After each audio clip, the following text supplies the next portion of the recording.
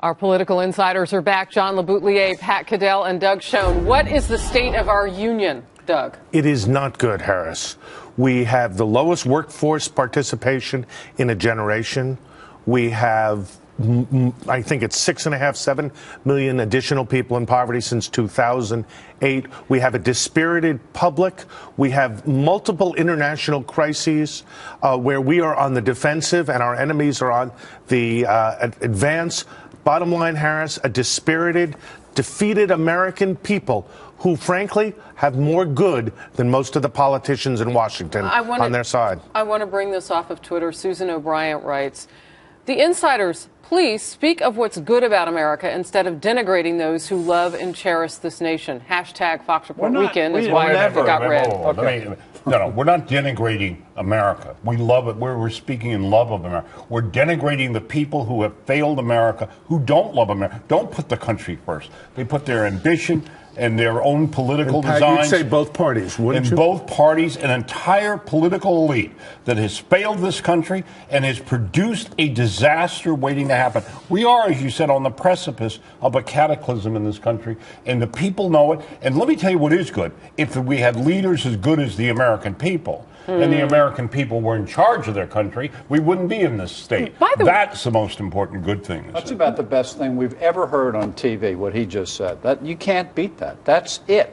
And anybody who has any doubt that the American public knows what they want, what they don't want, and really has their thumb on the pulse of things, take a look at this poll. It really lays out the negatives, if you would, the headwind facing this president ahead of Tuesday night. And as we dissect what happened on this Sunday and look forward to what's happening Tuesday, let's in fact do what Pat says. Let's listen to the American people on this. This is what they say is the disapproval, and that's the number there in red that I want you to notice.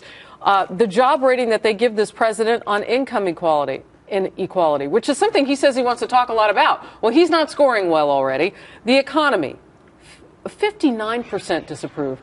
And that 66% was on the federal deficit, which is north of 17.3 make a trillion. point about the income inequality thing. In 2008, you remember the famous incident, the president, then Senator Obama, meets Joe the plumber. Joe the plumber says, well, I hear you're a socialist. And Senator Obama says, no. I just want to spread the wealth around a little bit.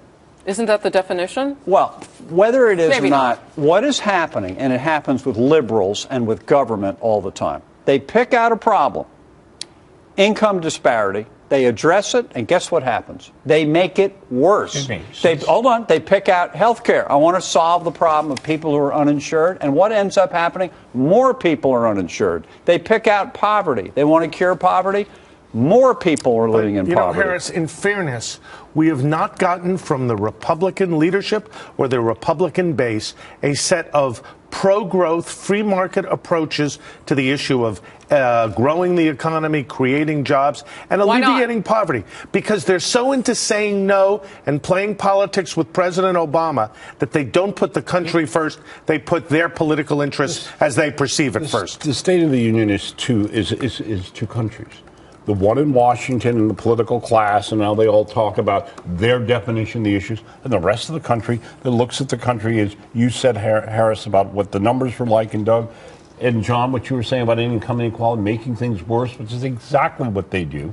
The income inequality has worsened under Obama in the 5 years he's been president. You know why? Because all of it is about enriching your supporters and base. It is nothing about helping ordinary people. And enriching yourself, Pat. And enriching yourself. That is what we have. And these people are about enriching themselves and against the interests of the American people. And that is what's wrong here. I see a lot of people, and they're saying they represent both sides of the political aisle on my Twitter page, saying that they agree with that they feel like their voices are not being heard, that they don't count in the conversation. But when you look at those negatives, people have a definite feel about what's not working. And so now I ask you this question. Are we making too much about one address? Yeah. Well, one address symbolizes the fact that we don't have a bipartisan plan to address the balanced budget. We have not had a bipartisan plan to create jobs or to fix the health care mess. Bottom line, the American people want leadership. They want new approaches. They don't want politics. So the speech is a perfect time, I believe, Harris, to point to all the challenges we face. Reba says on Twitter, those self-centered politicians were not appointed by a king. The American people voted for this mess. Let's understand something. That's in all caps. A system. Yes, they did. And we have a system that perpetuates only the same people who can run in either party. It's as I like to say. Also, in the case of the president, he ran against a disastrous candidate in Mitt Romney who did not spell out the things we're trying to spell out here tonight. He divided the country with the 47%. Yeah, and what Doug talked about, which doesn't get talked about, the idea that the Republicans should be presenting an idea for how to grow the economy. Because with a growing economy, solves all the problems we're talking about. Okay, I hear you. It solves the deficit. It solves income inequality. It solves unemployment.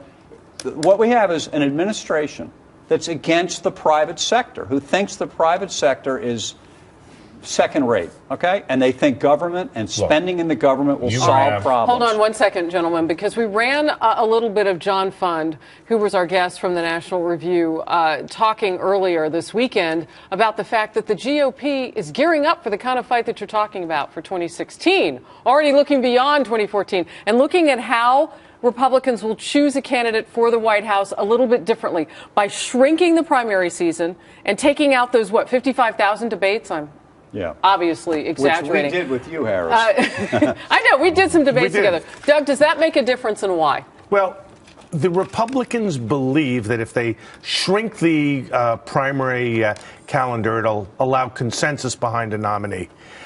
Harris, candidly, that is a small issue, in my judgment. The larger issue is the Republicans developing a pro-growth, pro-America agenda that unites the country. Or somebody.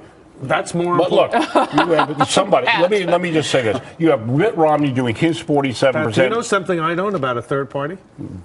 I know what you're. Oh, now that's interesting, because we've looked at that poll that says 46% of polled Americans said that they feel like we should have something other than what we have. The highest number of independents. Look, as long as our politics is the 47%, and then Obama getting up and saying rich people are evil and the conservatives are evil. Look, where is somebody who says to the country, we can do? We used to have leaders, and this speech you talk about, Harris, which we will not get. We will get pablum, which will, or a political agenda. Well, no one is saying, let's move this country and get this country going again. And no one is disagreeing with that. I think that the point now that I'm seeing on Twitter is just how do we get there? So let's talk a little bit more. Can you sit tight? Sure. All right. Wow. We've got a lot of interaction. We want to bring people in. Stay close.